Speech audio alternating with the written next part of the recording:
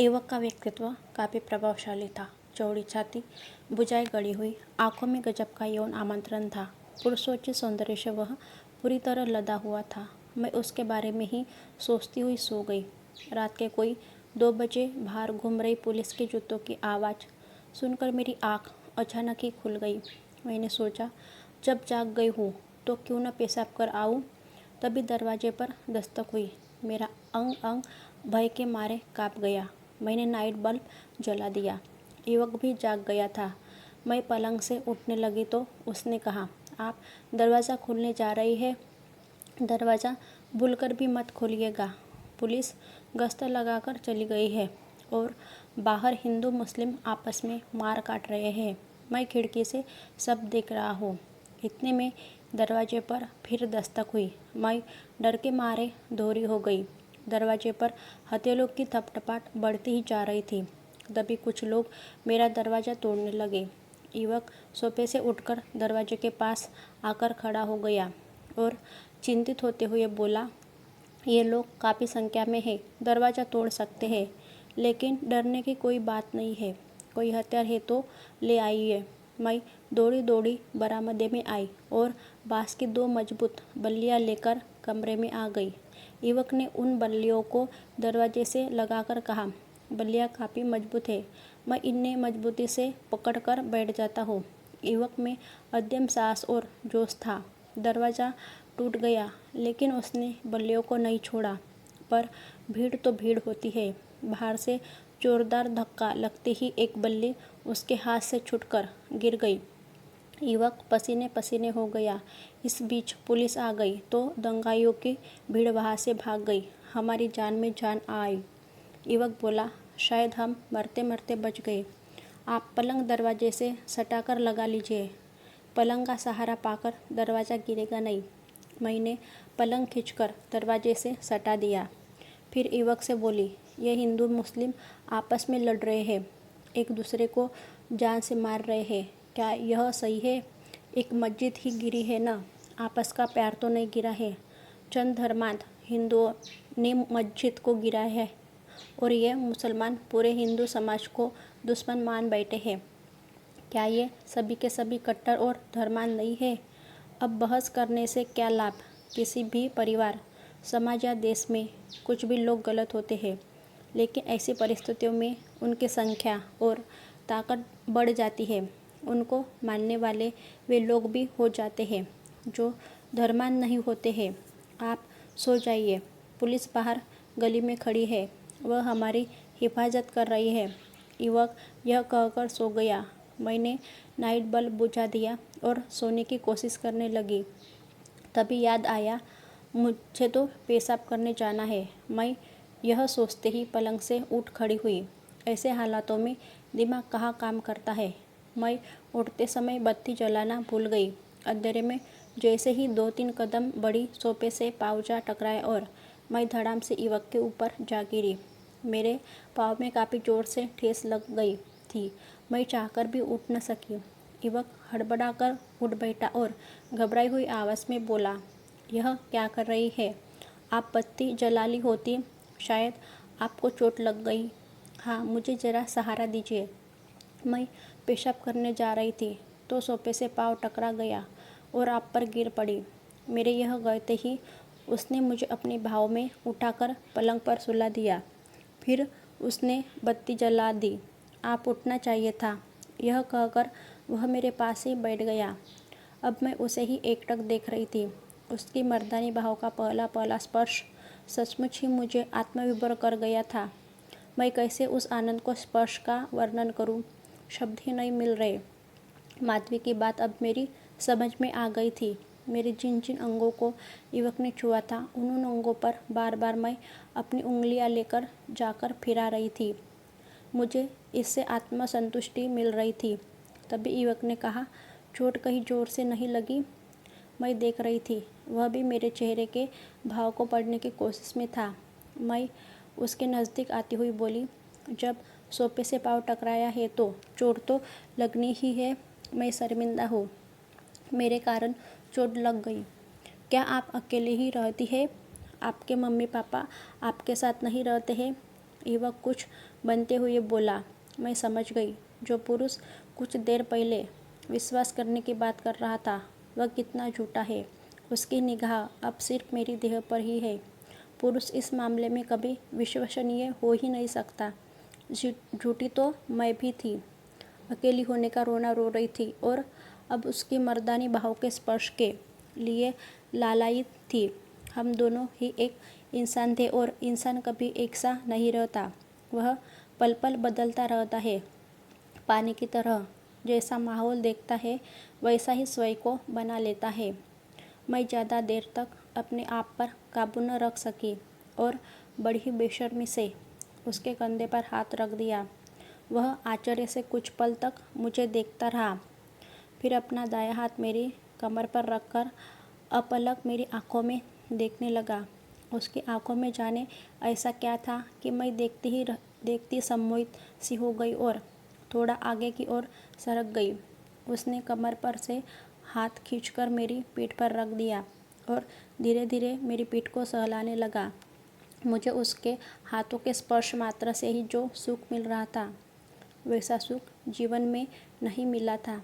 सभी सुखों से अलग और विविधता लिए हुए यह सुख था। इस सुख में क्या नहीं था?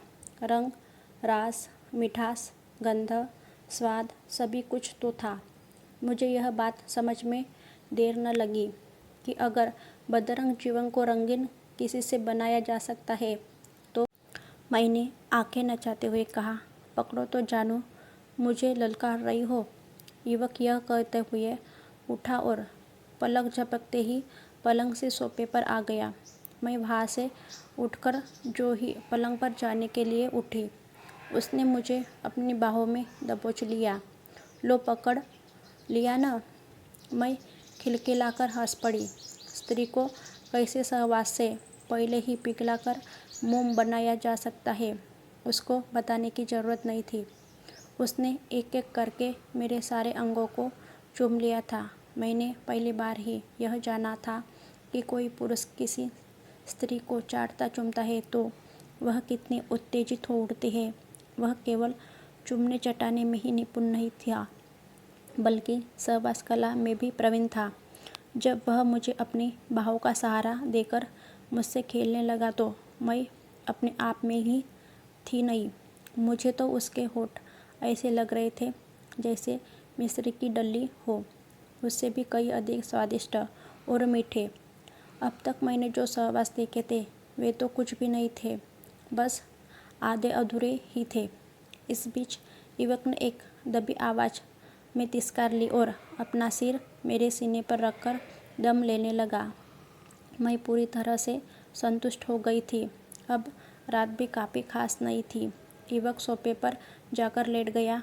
मैंने जिस रूप, रंग और रस में भोगा था वह अब ऐसा था। हरी तीखी मिर्च सा तो सभी ने देखी होगी। उसको दांत से काटने के बाद आंखों में आंसू आ जाते हैं, जीभ में जलन सी होने लगती है, मुंह में पानी आ जाता है और फिर शुरू होता है सीसी करने का सिलसिला। मिर्च की तरह तीखा तो नहीं होता है, लेकिन चरपरी मिर्च जैसी ही तासीर उसकी होती है।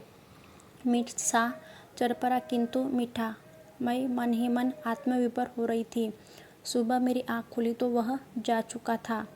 मुझे उस युवक पर बड़ा ही गुस्सा आया। वह कितना स्वार्थी था, बिना मिले ही चला गया। खैर, उसे तो जाना ही था। वह एक पुरुष जो था। पुरुष किसी से प्यार थोड़ी ही करते हैं। वैसे भी स्त्रियां भी कहाँ किसी से प्यार करती है। माधवी रोशन से कहाँ प्यार करती है। ये स्त्री पुरुष के रिश्ते शरीर से शुरू होकर आनंद लिया दिया, बात खत्म। मेरा मन चला बिंदास मन इन झमेलों में कहाँ पड़ने वाला था। मैंने एक झटके में ही रात के मधुर क्षणों को झटक दिया और बाथरूम की ओर बढ़ गई। दूसरे ही दिन माहौल में काफ़ी सुधार आ गया था। कर्फ्यू का असर कहीं भी नहीं था। लोग आ जा रहे थे। सड़कों पर फिर से चहल पहल शुरू हो गई थी। लेकिन मैं जाती भी तो कहाँ। स्कूल आज भी बंद था। मैं खिड़की के पास आकर खड़ी हो गई। दंगे के बाद की स्थिति कितनी भयावह और दयनीय हो गई थी। सड़कों और गलियों की दीवारों पर खून के धब्बे साफ दिखाई दे रहे थे। दंगाइयों ने अच्छी खासी दुकानों को तोड़ दिया था। मलबा सड़कों पर बिखरा हुआ था। दुकानदार बाहर आंखों में सूनापन लिए हुए अपनी क्षत विक्षत दुकानों को देख रहे थे। उनमें कुछ घायल भी थे। किसी ने सिर पर पट्टी बांध रखी थी तो किसी ने हाथ पाँव में। यह तो खुद का शुक्र ही था कि हमारी कॉलोनी में मुस्लिम आबादी ज़्यादा होते हुए भी अधिक खुद कि हमारी कॉलोनी के मुस्लिम परिवार सुशिक्षित थे। शिक्षा धर्मांधता का नाश करती है, कट्टरपंथी बनने से रोकती है। यह मेरी अपनी मौलिक सोच थी। शायद उन्हें यह पता था कि मस्जिद गिराने की उपज धर्मांधता के हाथों ही हुआ है। मस्जिद को सारे हिंदुओं ने मिलकर नहीं गिराया है, बल्कि चार धर्माओं ने गिराया है। इतने में मेरी नज़र सामने सड़क पर चली गई। सफ़ेद रंग की गाड़ी हवा से बात करती हुई इधर ही चली आ रही थी। मैं समझ गई, यह मम्मी की गाड़ी है। इतनी तेज गति से गाड़ी वही चलाती है। देखते ही देखते मम्मी की गाड़ी मकान के गेट के सामने आ खड़ी हुई। मम्मी ने आज अपने बालों का स्टाइल बदल रखा था। उसके होठों पर लिपस्टिक भी कोई दूसरे ही शेड की थी। साड़ी भी उसके शरीर पर हल्के गुलाबी रंग की थी। मुझे यह समझते देर न लगी कि मम्मी के परंपरागत साज श्रृंगार और पहनावे में बदलाव ऋषि अंकल के कारण ही हुआ है। मैं सहसा ही बुदबुदा पड़ी। अपने मनपसंद साथी के मिल जाने पर व्यक्ति का जीवन कितना सार्थक होता है। मम्मी का तो कायाकल्प ही हो गया है। पापा के लिए तो वह सजना संवरना ही भूल गई थी। तभी मुझे मम्मी के पैरों की आवाज़ सुनाई दे गई। वह बड़ी ही तेज गति से सीढ़ियाँ चढ़ रही थी। मैं दरवाजे में कोई दिक्कत तो नहीं हुई? मैं दंगे की वजह से नहीं आ सकी। मम्मी यह कहकर अपने कमरे में चली गई। मैंने उसकी बातों का कोई जवाब नहीं दिया। मम्मी शायद थकी हुई थी। कपड़े चेंज किए बिना ही पलंग पर निढाल पड़ गई और देखते ही देखते खर्राटे भरने लगी। मम्मी के आने के बाद भी मैं इतने बड़े मकान में अकेली ही थी। मेरी आंखों में आंसू आ गए। मैं स्त्री पुरुष जब अपने लिए ही जीने लगते हैं तो उनके लिए सारे रिश्ते गौण हो जाते हैं। वे कितने खुदगर्ज और अवसरवादी हो जाते हैं। उनका सोचने का दायरा कितना छोटा हो जाता है। मम्मी पापा अपनी दुनिया में ही सिमट कर रह गए हैं। घर में एक युवा लड़की भी है, इसका एहसास तक भी उन्हें नहीं है। यह सोचते सोचते अचानक ही मुझे ध्यान आ गया कि आज मुझे माधवी के घर जाना है और मैं तैयार होने लगी।